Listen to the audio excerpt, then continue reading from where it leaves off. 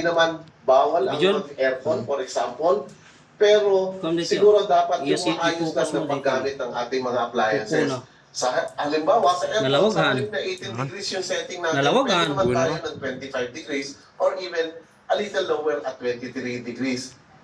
Pero mukhang deadma sa panawagan ng mga consumer dahil pumalo na sa pinakamataas ang konsumo sa kuryente. Nating eksperto, walang makapagsabi kung kailan babalik sa normal ang supply ng kuryente sa Luzon, Visayas at Mindanao.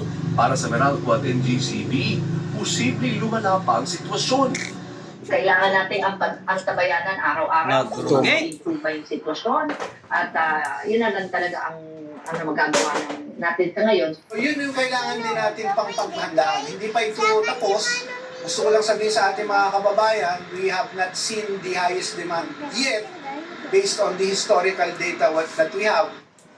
Sa datos ng NGCB, 20 planta ang naka-unscheduled shutdown sa Luzon, 20 rin sa Visayas at siyam sa Mindanao. Kaya sangkaterbang supply ng kuryente ang nawala sa tatlong grid. Alvin L. Chico, ABS-CBN News.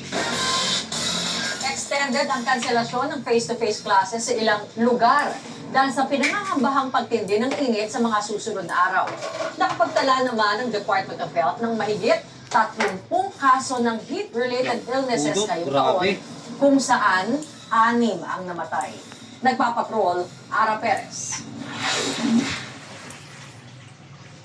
Ngayong suspendido ang in-person classes, sinamantala ng ilang paaralan ng pag-aayos ng klase para mapaganda ang daloy ng hangin sa napakainit na panahon.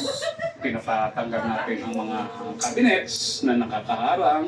Then, yung mga windows na nag-stock na ng pandemic, pinapaayos natin. Dito naman sa Quezon, the classrooms ay aircon.